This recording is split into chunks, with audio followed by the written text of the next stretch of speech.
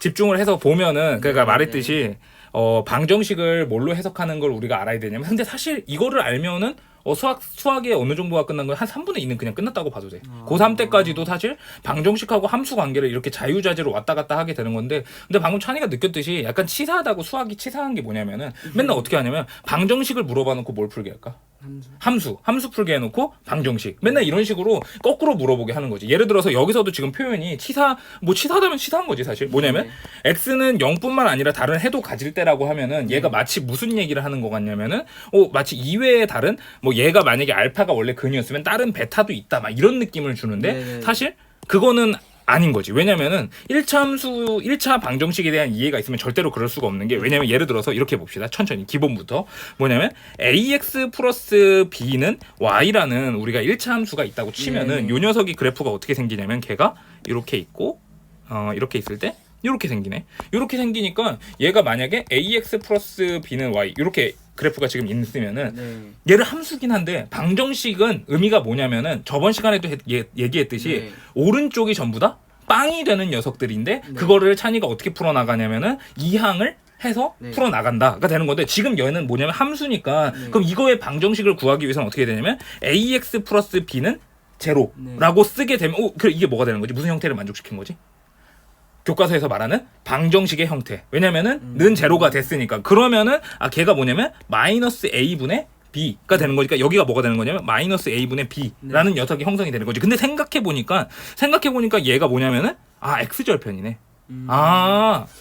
근데 그러면 선생님 함수의 x절편이 그러면은 근이네요. 그건 잘못된 설명이야. 다시 좀 더 차원을 높여서 갑시다. 이번에 차원을 높여서 가면 이거를 다시 함수로 해석해 보면 여기다가 는 y라고 붙이고 이번에는 여기다가 는 y라고 붙이게 되면은 요 빨간색의 의미는 뭐가 되는 거? 요 빨간색 1번식은 뭐냐면 요 그래프 함수를 어떻게 하는 거냐면 그대로 따라가는 녀석이라는 거지. 왜냐면은 x가 결정되면은 y가 어떻게 되냐면 결정되니까. 그러니까 다 가득 채워지는 거니까. 근데 만약에 여기서 지금 선생님이 y는 0이라고 했을 때 얘를 2번식이라고 하면 걔는 뭐냐면 여기 주황색으로 색칠한 요 녀석이 y는 0이 되는 거지.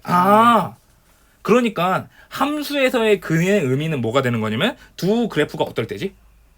만날 때가 걔가 근의 의미구나. 이거를 알고서 그거를 다시 확장시켜서 이 문제에다 적용을 시켜보면은 이 문제가 어떻게 보이냐면은 얘를 1번 해가지고 식을 아무렇게나 하나 그려놓고 그리고 왜냐면 선생님 왜 제대로 안 그려요? 라고 하면 지금 여기 미지수하고 미지수가 있기 때문에 얘가 확정지을 수가 없기 때문에 대충 그어놓는 거지. 그리고 요 녀석을 하면은 얘가 어떤 또 기울기가 생길 텐데 그럼 잠깐만 일단 그어놓으면은 만약에 얘가 생각해보면 찬이가 생각해보면 되게 당연한 이야기고 그게 나중에 그냥 익숙해지면 되는 건데 뭐냐면 요 1차 함수하고 요 1차 함수가 지금 어떠냐면 기울기가 어떻지?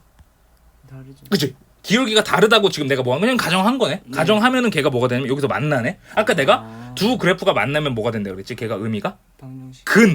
걔가 근이 되는 거니까 걔가 근이 되는 건데 지금 여기서 보면 x는 0뿐만 아니라 뭐냐면 다른 해도 가진다 그러네. 다시 그러면은 첫 번째의 경우는 얘는 뭐라고 할 수 있냐면 근을 하나 갖는 거네.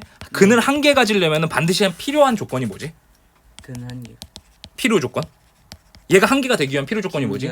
기울기가 다르다. 그거를 외워야 된다는 거지. 그게 이론이야. 그게 이론. 그러니까 무수히 많으면 겹치겠네요. 무수히 많으면 그러니까 겹친다. 그러니까 내 말은 차라리 찬이가 공부를 한다는 거 이해한다는 거 뭘 이해한다는 거냐면 방정식 함수를 이해할 수가 있구나. 그러면 두 개의 방정식이 있을 때 그게가 완벽하게 일치하는 경우로 생각해 보니까 근데 일치할 때가 뭐냐면은 걔가 1차 함수의 특징을 생각해야지. 1차 함수의 특징이 뭐냐면 기울기하고 절편이네.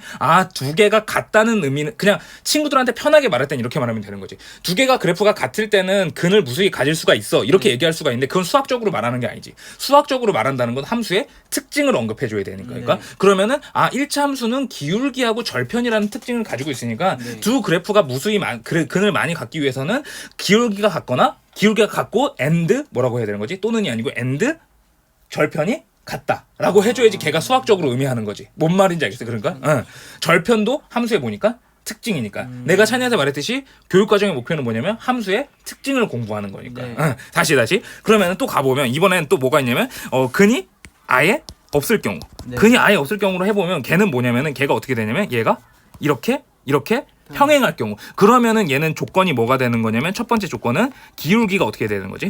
기울기가 같다. 그치? 기울기가 같다. 두 번째는 절편이 어떻다? 절편이 다르다. 다르다. 절편이 달라야지 얘가 지금 안 만나니까. 그러면은 근이 생기지 않는구나. 이렇게 하는 거구나. 그치? 오케이. 그리고 이제 세 번째로 맨날 치사하게 나오는 게 네. 근이 무수히 많다인데 당연히 근이 무수히 많다고 안 주겠지. 네. 왜냐면은 그렇게 하면 애들이 다 맞추니까. 그러니까 X는 0뿐만 아니라 다른 해도 가진다는 건 정말 다른 애가 어떻다는 거냐면 무수히 많다. 그러면 얘 두 개가 어떻게 되냐면 완벽하게 일치한다는 거고 걔는 뭐가 되냐면 기울기도 갖고 어떤 거지? 절편도 절편도 같은 거지. 그래야지 두 그래프가 완벽하게 일치되는 거니까. 이해가 되지? 그러면은 다시 가봅시다. 그럼 이거를 쉽게 접근할 수 있는 게 다시 뭐라 그랬냐면 문제를 풀기 위해선 함수의 특징을 알아야 되는데 함수의 특징을 알기 위해서는 기울기하고 절편을 보면 된다 그랬는데 기울기는 어디에 써 있는 특징이냐면 x 앞에 그리고 여기도 x 앞에. 그러면은 지금 여기서 내릴 수 있는 결론이 뭐냐면 2a-1이 걔가 a가 돼야 된다는 식을 하나 바로 찾아낼 수가 있으니까 a는 1이다 라고 할 수 있고 네. 얘가 4b-3이 마이너스 b 플러스 12가 되면 걔가 5b 플러스 15가 되니까 b는 걔가 3이다 해서 답은 10이다 이런 식으로 풀게 되는 거지. 그러니까 이거를 공부하면서 뭘 알아야 되냐면 지금 이렇게 요 식의 의미를 알아야 되는 거지. 네. 그리고 여기서 이제 조금 더 심화된 이론으로 이거는 나중에 한 번 더 할 거니까 그냥 들어보기만 하면 돼. 뭐냐면 더 심화된 이론으로 생각해 보면 ax 플러스 by 플러스는 c 그리고 얘가 a 프라임 x 플러스 b 프라임 y는 c 프라임 이렇게 쓰게 되면 선생님 뭐 하는 건데요? 연립방정식의 의미를 생각해 보자는 건데 이게 그러니까 결국에는 얘도 지금 함수가 있는 거고. 네. 왜냐면 선생님 a하고 a 프라임 다른 거라고 지금 프라임이라고 붙인 거지 지금. 네네. 그러면은 여기다가 식을 하나 이렇게 1차 함수가 만들어지고 얘도 1차 함수가 뭐 어떻게 했는지 모르겠는데 만들어지긴 할 건데 내가 무슨 얘기를 할 거냐면 근데 이거 가지고도 우리가 쉽게 근의 존재성에 대해서 이야기를 할 수 있는데 요 연립방정식 하시는 거고. 근데 연립방정식이랑 지금 의미를 네. 그래프 의미를 해석하는 거니까 지금 그러니까 뭘 얘기하고 싶냐면 이게 선생님 별거 없네요. 그냥 얘가 근이 존재하는지 안 하는지 알려면은 그냥 이거를 그려보면 되겠네요. 근데 그럼 기울기 같은 거 찾아보면 되겠네요. 막 이런 식으로 생각할 수가 있는데 근데 우리가 거기서 한 발자국 더 이론을 심화시켜 보자는 거지. 네. 뭘 심화시켜 보자는 거냐면 기울기랑 관련된 인자를 내가 한번 생각을 해보니까 그 녀석이 뭐냐면 A하고 B네? 그러면 A하고 B가 기울기랑 관련된 인자니까 그럼 만약에 A 프라임 분의 A 이퀄 B 프라임 분의 B라고 하게 되면은 만약에 요 두 개가 정확히 같은 비율을 갖고 있다면은 걔는 뭐가 되는 거냐면 기울기가 똑같다라는 의미가 형성이 되는 건데 이거를 애들이 직관적으로 이해를 못하지. 왜냐하면은 얘는 뭐가 되는 거냐면 by하고 마이너스 ax니까 선생님 a하고 b가 관계가 있는 거지 a 프라임하고 b 프라임이 관계가 있는 거지 a하고 a 프라임이 관계가 있는 건 아니잖아요 라고 생각하는데 거기서 좀만 한 번만 더 생각해 보면은 네. 거기서 한 번만 더 생각해 보면 얘가 만약에 x 플러스 2y는 3이고 얘는 2x 플러스 4y는 7이라 이렇게 얘기를 하게 되면은 네. 얘는 지금 x의 비율하고 y의 비율이 몇 대 몇이지? 1대 1대2지. 그리고 얘도 x하고 y의 비율이 몇 대 몇이지? 1대2. 1대2인데 재밌게도 얘가 여기에서 이렇게 하면 2분의 1이 되고 얘도 이렇게 하면 뭐가 되는 거지? 2분의 1.